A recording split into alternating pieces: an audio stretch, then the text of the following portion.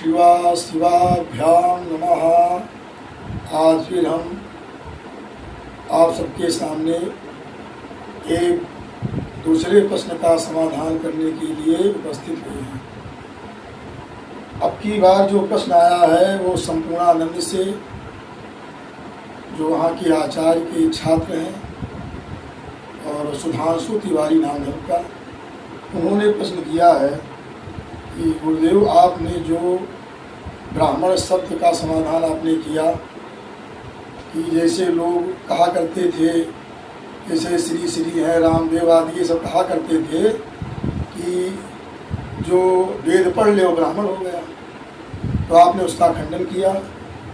क्योंकि जैसे कि महर्षि पतंजलि जी ने लिखा है कि ब्राह्मण शब्द जो बनता है वो ये अपत्य और जाति अर्थ में, माने जो जात विवक्षा में अपत्य अर्थ में ही प्रत्यय होता तो ब्राह्मण बनता है। और बाकी ब्राह्मण, नारदा, ब्राह्मी, औषधि ये सब, तो उससे स्पष्ट होता है कि अगर ब्राह्मण ब्राह्मणी से उत्पन्न है तभी वो ब्राह्मण होगा। उसी उन्होंने कहा है कि उसी प्रकार से क्षत्रिय, वैश्य और शूद्र शब्द का क्या अर्थ होता है, इस पर आप प्रकाश डालें, ऐसा उनका प्रश्न है। तो बताना चाहता हूँ कि जो पहले बता चुके हैं ब्राह्मण के विषय में कि ब्राह्मणः अपत्यम ब्राह्मणः, ये पहले बता चुके कि जो ब्रह्म माने होता है विप्र। यहाँ पर ब्रह्म के कई अर्थ होते हैं, तप भी होता है, ब्रह्म भी होता है, वेद भी होता है, लेकिन यहाँ जो ब्राह्मणापत्यम किया गया वो है ब्रह्म माने वेद, ब्रह्म माने जो है ब्राह्मण, विप्र। तो जो ब्राह्मण का पुत्र हो उसे कहते हैं ब्राह्मण, अर्थात ब्राह्मण ब्राह्मणी से उत्पन्न। एक अर्थ ये हो गया। अगर वो ब्राह्मण ब्राह्मणी से उत्पन्न नहीं तो वेद पढ़ने से कोई जो है ब्राह्मण नहीं हो जाएगा। और दूसरी बात है, जो हमारा जो ऋग्वेद का मंत्र है कि ब्राह्मणोस मुखमासीत बाहु राजन्यापिता, उसमें कहा गया ब्राह्मणोस मुखमासीत, अस्त माने परमात्मना, मुखम का अर्थ है पंचमी अर्थ यहाँ पर, मुखाद ब्राह्मणा आसीत माने ब्राह्मण उत्पन्न हुआ, भगवान के मुख से ब्राह्मण उत्पन्न हुआ।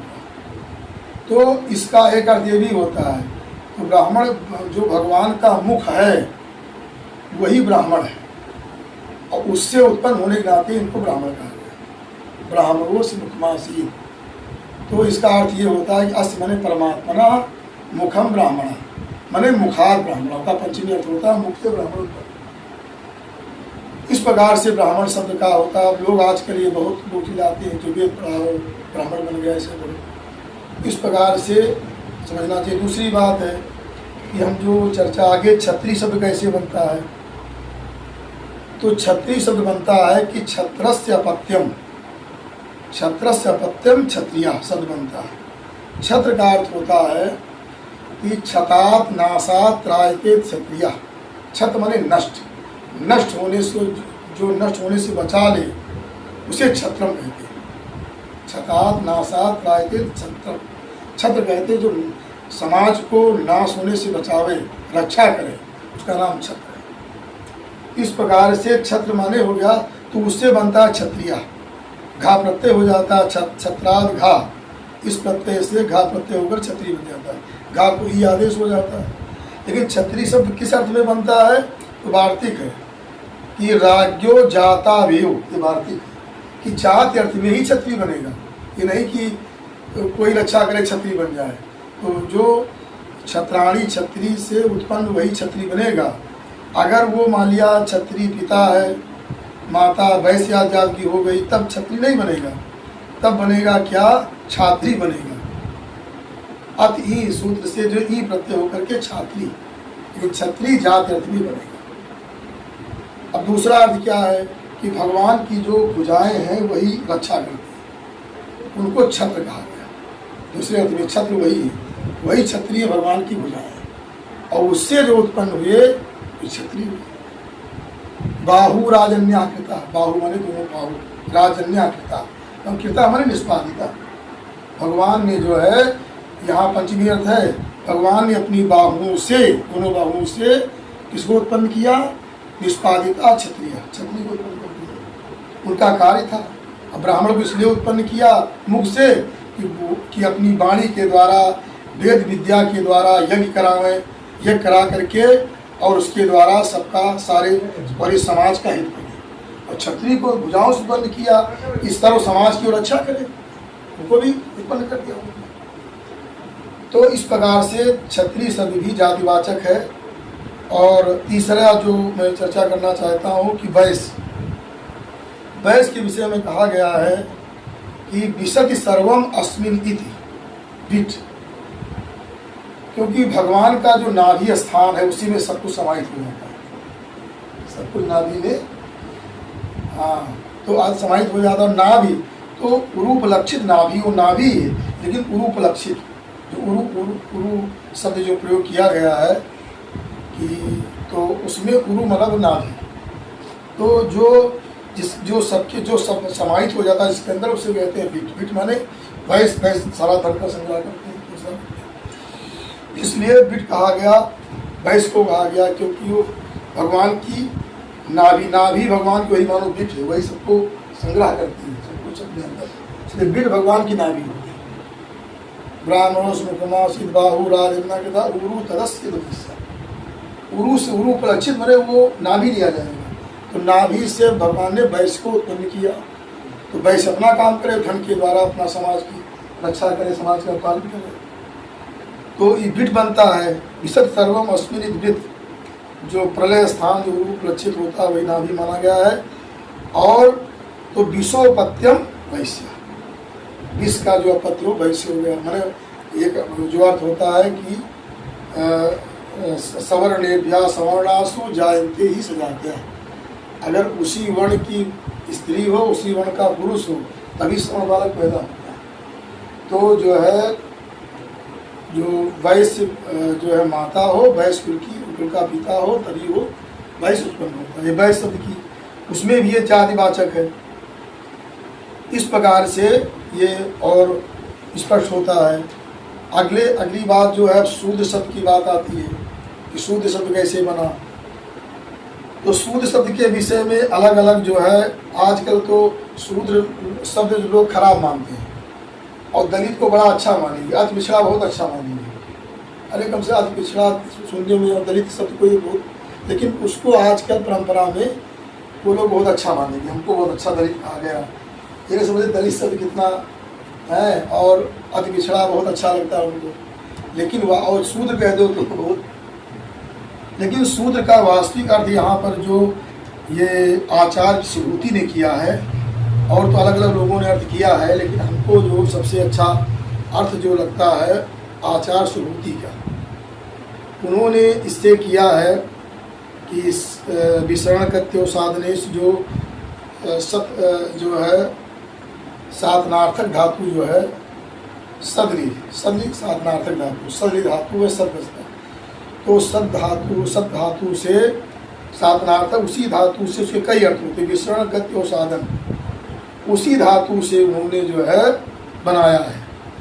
क्योंकि मैं लिखा सदे रगतौता, सद धातु के जो सद धातु के गति से भिन्न अर्थ में ता हो, सद धातु सद है लेकिन उसमें ता हो जाएगा अगर गति से अलग, तो सूत्र शब्द जो बनता है गति अर्थ में बनता है। सद धातु में जो शाह है आप ऊ बन जाता है, तिल का बनता है, और जो है रक प्रत्यय हो जाता है तो बन जाता है शूद्र। तो शूद्र का अर्थ होता है एक गति अर्थ लिया जाता है। गति अर्थ ये है कि गति का जो आश्रय क्या है, गति का आश्रय भगवान के चरण है। भाई चलेगा कोई चरण चलेगा, भगवान के जो चरण वही गति है, तो गति का आश्रय और शूद्र बनता है शूद्र शब्द। तो वो जो गति प्रदान करने वाले भाई हर प्रकार की यहाँ सेवा है, सेवा से जितनी भी सेवा प्रकल्प थे सब शूद्र के स्थान, चौथे वर्ण के स्थान में थे। जैसे घर बनाना है और जो भी जितना है, जितने भी कार्य हम लोगों के हैं, लकड़ी संबंधी है, घर संबंधी, जो भी सारा काम इनके हाथ में था। अब तो सब मुसलमान लोग ले लिए सब, ये लोग कहें तुम ब्राह्मण बन जाओ, ये सब रामदेव श्री सबका ब्राह्मण बना दिए, सब काम मुसलमान लेके चले गए, जो उनके पास जीविका थी वो भी चली गई। इस प्रकार से ये सेवा का, भगवान चरण से उत्पन्न होने वाला सेवा, सेवा रूप इनका धर्म बताया गया। सेवा केवल नहीं कि चरण में, सेवा माने सारी जो भी उससे आग्रह भी होता था भाई, जो है अनेक प्रकार की सब चीज़ें बनाना करना सब कुछ था। इस प्रकार से ये शूद्र शब्द जो है सद धातु से और गति अर्थ में ही ये शूद्र शब्द तैयार होता है। ऐसा काम करते थे, ये भी विकास करते थे, देश का विकास और गति करते, सब कुछ सारा कार्य कर रहे थे, गति दे रहे थे। इस प्रकार से ये चारों वर्ण मिलकर के पूर्ण होते हैं और इससे सबका हित था, सब लोग बड़े सुख से रह रहे थे, सबका कल्याण हो रहा था। अब सब कल्याण बाधित हो गया, सब एक दूसरे में घुस गए हैं और कोई किसी में सफल नहीं।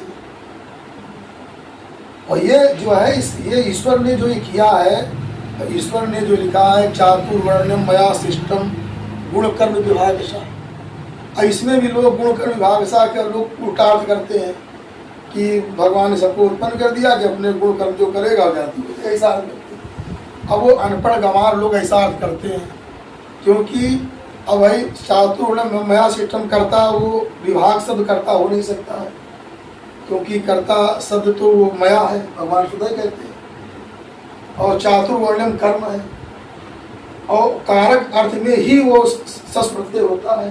कारक अर्थ यहाँ मिलेगा नहीं, जब कारक अर्थ नहीं मिलेगा तो कैसे बनेगा, तो उसमें कारक माना जाता है तृतीया, जैसे गुणश्चा कर्मचा, गुण कर्म बन गया, गुण कर्मणो विभागा। इसमें जो है एक सूत्र है बाहुअल्पार्थात् छस कारका दनतरस्याम, इसमें बहु अल्प अर्थ में होता है, विभाग का न बहु अर्थ है न अल्प अर्थ है, इसलिए दूसरा सूत्र जो है संख्यिक वचनाचा विप्सायाम, इस सूत्र से सस्प्रत्यय होगा, एक वचनाच इससे हो जाएगा। उसमें कारक होना, कारक की अनुवृत्ति आती है, तो कारक होने से अर्थ ये हुआ कि विभागेन, अर्थ हुआ गुण कर्म विभागेन, गुण कर्म के विभाग करके तब भगवान ने उत्पन्न किए, नहीं कि जो गुण कर्म करेगा वो। भगवान पहले अध्ययन करते हैं पूर्व जन्म में क्या क्या किए, उसके अनुसार गुण कर्म का विभाग करके तब ब्राह्मण क्षत्रिय वैश्य योनि में उत्पन्न करते हैं। इसका सही है। लेकिन आजकल लोग जो है राम सुना तो ये हुआ चारों वर्ण की व्यवस्था उन्होंने स्पष्ट किया था। एक उन्होंने एक बात और कही थी कि लोग अगर यही अर्थ मान लिया जाए कि जन्मना जायते शूद्रा, तो उसका अर्थ ये होता है, उसका अर्थ ये होता है, जैसे लिखा है, अगर ये अर्थ मान ही लिया जाए तो लिखा है 8 वर्षम ब्राह्मण उपनयी, 8 वर्ष होने पर ब्राह्मण को उपनयन करे। तो जब वो ब्राह्मण है ही नहीं, कोई सब शूद्र है, तो 8 वर्ष में कैसे उसका उपनयन होता है, नहीं हो पाएगा। इसलिए कहा गया है कि जैसे देव अब्रह्मदत्तम ब्रह्मदत्ता इत्याह, कोई ब्रह्मदत्त नहीं कह दिया ब्रह्मदत्त, इसका मतलब क्या हुआ कि ब्रह्मदत्त के सदृश कोई व्यक्ति, उसी के समान गुण वाला व्यक्ति है, ये हुआ। अगर कह दिया कि भाई ये शूद्र कह दिया, शूद्र है नहीं वो, मैंने शूद्रवत, उसको वैदिक कर्म में अधिकार न होने का अगर आप मानते ही है कि जन्मना जाएगा शूद्रा, तब भी उसका यही हुआ कि शूद्र सदृश, कि भाई वो वैदिक कर्म जिसे शूद्र को अधिकार नहीं है वो भी नहीं कर सकता, इसलिए कह दिया गया है। इस प्रकार से हमने सारे प्रश्नों का समाधान किया। और किसी को कोई जिज्ञासा हो किसी विषय पर तो प्रश्न कर सकते हैं। इन्हीं शब्दों से वाणी को विराम। असतो मां सदगमय तमसो मां ज्योतिर्गमय मृत्योर्मामृतम।